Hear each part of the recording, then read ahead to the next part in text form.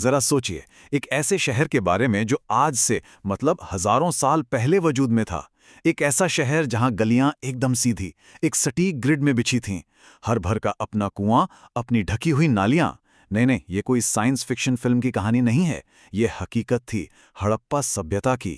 एक ऐसा खोया हुआ महानगर जो सिंधु नदी के किनारे फला फूला और फिर अचानक हमेशा के लिए गायब हो गया। तो चलिए जरा इसके टाइमलाइन को देखते हैं।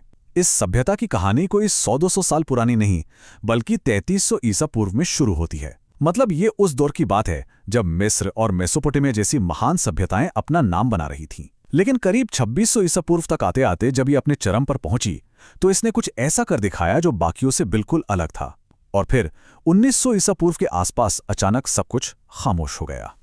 तो सवाल यही उठता है ना, कि आखिर आज से 4500 साल पहले बिना किसी मॉडर्न टेक्नोलॉजी के एक सभ्यता ने ऐसे शहर बना कैसे लिए जो आज के शहरों को टक्कर देते हैं? आखिर क्या था उनके पास? ऐसा कौन सा ज्ञान था? इसका जवाब कहीं और नहीं बल्कि उनके शहरों के डिजाइन में ही छिपा है।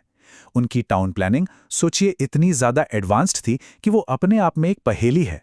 तो चलिए इस शानदार ब्लूप्रिंट को जरा और करीब से देखते हैं। देखिए, उनके घर पक्की ईंटों से बने थे, और ऐसा नहीं कि बस एक एक कमरे के हों, बल्कि अक्सर दो दो मंजिला घर होते थे। और कमाल की बात तो यह है कि हर घर का अपना प्राइवेट आंगन और अपना कुआं था। और उनकी नालियों की तो बात ही क्या करें, दुनिया की सबसे पहली ढकी हुई ड्रेनेज सिस्टम्स में से एक। और हाँ, मोहनजोदड़ो का वो ग्रेट बाथ, वो विशाल स्नानागार, वो तो उनकी इंजीनियरिंग का एक ऐसा नायाब नमूना है। माना जाता है कि शायद किसी खास धार्मिक अनुष्ठान के लिए बना था। लेकिन रुकिए, ये सब कुछ ऐसे ही यहां वहां नहीं बना था। सबसे हैरान करने वाली बात तो ये है कि शहर की सड़कें एक दूसरे को बिल्कुल 90 डिग्री के कोण पर काटती थीं। मतलब एक परफेक्ट ग्रिड सिस्टम। ये इतनी सटीक प्लानिंग थी जैसे मानो पूरे शहर को बनाने से पहले कागज पर डिजाइन किया गया हो। उस जमाने के लिए ये सोच ही अपने आप में एक चमत्कार थी। अब सवाल ये है कि इतने शानदार, इतने ऑर्गेनाइज्ड शहरों को चलाने के लिए पैसा कहाँ से आता था? आखिर इन्हें चलाता कौन था? मतलब इनके इकोनॉमी का इंजन क्या था? आइए अब इसे समझते हैं। इसका एक बहुत बड़ा जवाब है कपास। जी हाँ, हड़प्पा सभ्यता दुनिया की पहली, बिल्कुल पहली सभ्यता थी जिसने कपास की खेती की और उसे इस्तेमाल करना शुरू किया।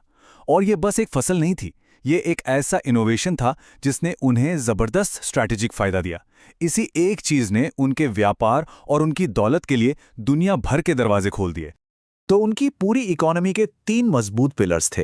पहला, एग्रीकल्चर, जिसमें वो गेहूं, जौ और जैसा हमने बात की सबसे जरूरी कपास उगाते थे। दूसरा पिलर था इंडस्ट्री, मिट्टी के कमाल के बर्तन, खूबसूरत गहने और कांसे के औजार बनाना उनका हुनर था। और तीसरा, ट्रेड। और ये कोई छोटा मोटा लोकल ट्रेड नहीं था। गुजरात के लोथल बंदरगाह से उनके जहाज मेसोपोटामिया जैसी दूर दराज की सभ्यताओं तक जाते थे। ठीक है, तो हमने उनके शहर देख लिए, उनकी इकोनॉमी भी समझ ली, लेकिन इन शहरों में रहने वाले लोग कैसे थे? क्या सोचते थे वो? क्या मानते थे? चलिए अब उनकी कला, उनके विश्वास और उनकी रोजमर्रा की जिंदगी में झांक कर देखते हैं। उनकी आर्ट की जब बात आती है तो 2 कलाकृतियां सबसे ज्यादा मशहूर हैं, और ये हमें उनकी दुनिया की एक अनोखी झलक देती हैं। पहली है डांसिंग गर्ल की वो कांसे की मूर्ति। क्या कमाल का पोस्टर है, आत्मविश्वास से भरी हुई। और दूसरी तरफ है प्रीस्ट किंग या पुजारी राजा का स्टैचू। उसकी दाढ़ी, उसके कपड़े और आंखों में जो एक शांत अधिकार झलकता है, ये सिर्फ पत्थर या धातु के टुकड़े नहीं हैं, ये उस समाज की कहानियां बयां करते हैं। एक और मजेदार बात यह है कि हमें खुदाई में कोई बड़े बड़े मंदिर नहीं मिले, लेकिन इसका मतलब ये नहीं कि वो कुछ मानते नहीं थे। उनकी मोहरों और मूर्तियों से उनके विश्वासों के सुराग मिलते हैं। ऐसा लगता है कि वो मातृ देवी की पूजा करते थे, साथ ही पशुपति की भी, जिन्हें भगवान शिव का एक शुरुआती रूप माना जाता है। और तो और वो प्रकृति की भी बहुत इज्जत करते थे, जैसे कि पेड़ और जानवर। तो देखिए, उन्होंने लाजवाब आर्ट बनाया, एकदम परफेक्ट शहर बसाए। लेकिन एक चीज गायब है।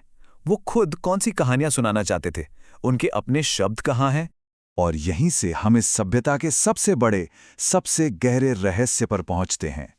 एक ऐसी लिपि, एक ऐसी लिखावट जिसे आज तक कोई भी पढ़ नहीं पाया, और एक ऐसा अंत जिसके बारे में कोई पुख्ता तौर पर कुछ नहीं जानता।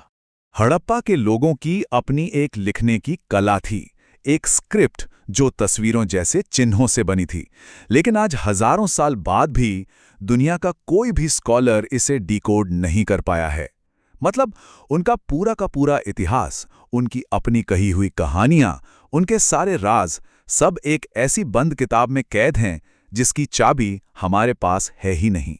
तो फिर आखिर हुआ क्या? इतनी महान सभ्यता गायब कैसे हो गई? देखिए, इसका कोई एक सीधा सा जवाब नहीं है। कई थ्योरीज हैं। कुछ कहते हैं कि बड़े पैमाने पर क्लाइमेट चेंज हुआ, कुछ का मानना है कि नदियों ने अपना रास्ता बदल लिया, जिससे या तो भयंकर बाढ़ आई या फिर सूखा पड़ गया।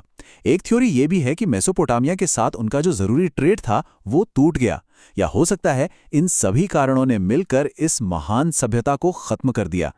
तो आखिर में हड़प्पा सभ्यता को हम कैसे याद रखें? 3 चीजों से। एक, एडवांस्ड अर्बन प्लानिंग। दूसरा, दूर दराज तक फैला हुआ ट्रेड। और तीसरा, एक ऐसी लिपि जिसे कोई पढ़ नहीं सका। कमाल की बात है ना? यही 3 चीजें उनकी सबसे बड़ी पहचान भी हैं और उनका सबसे बड़ा रहस्य भी।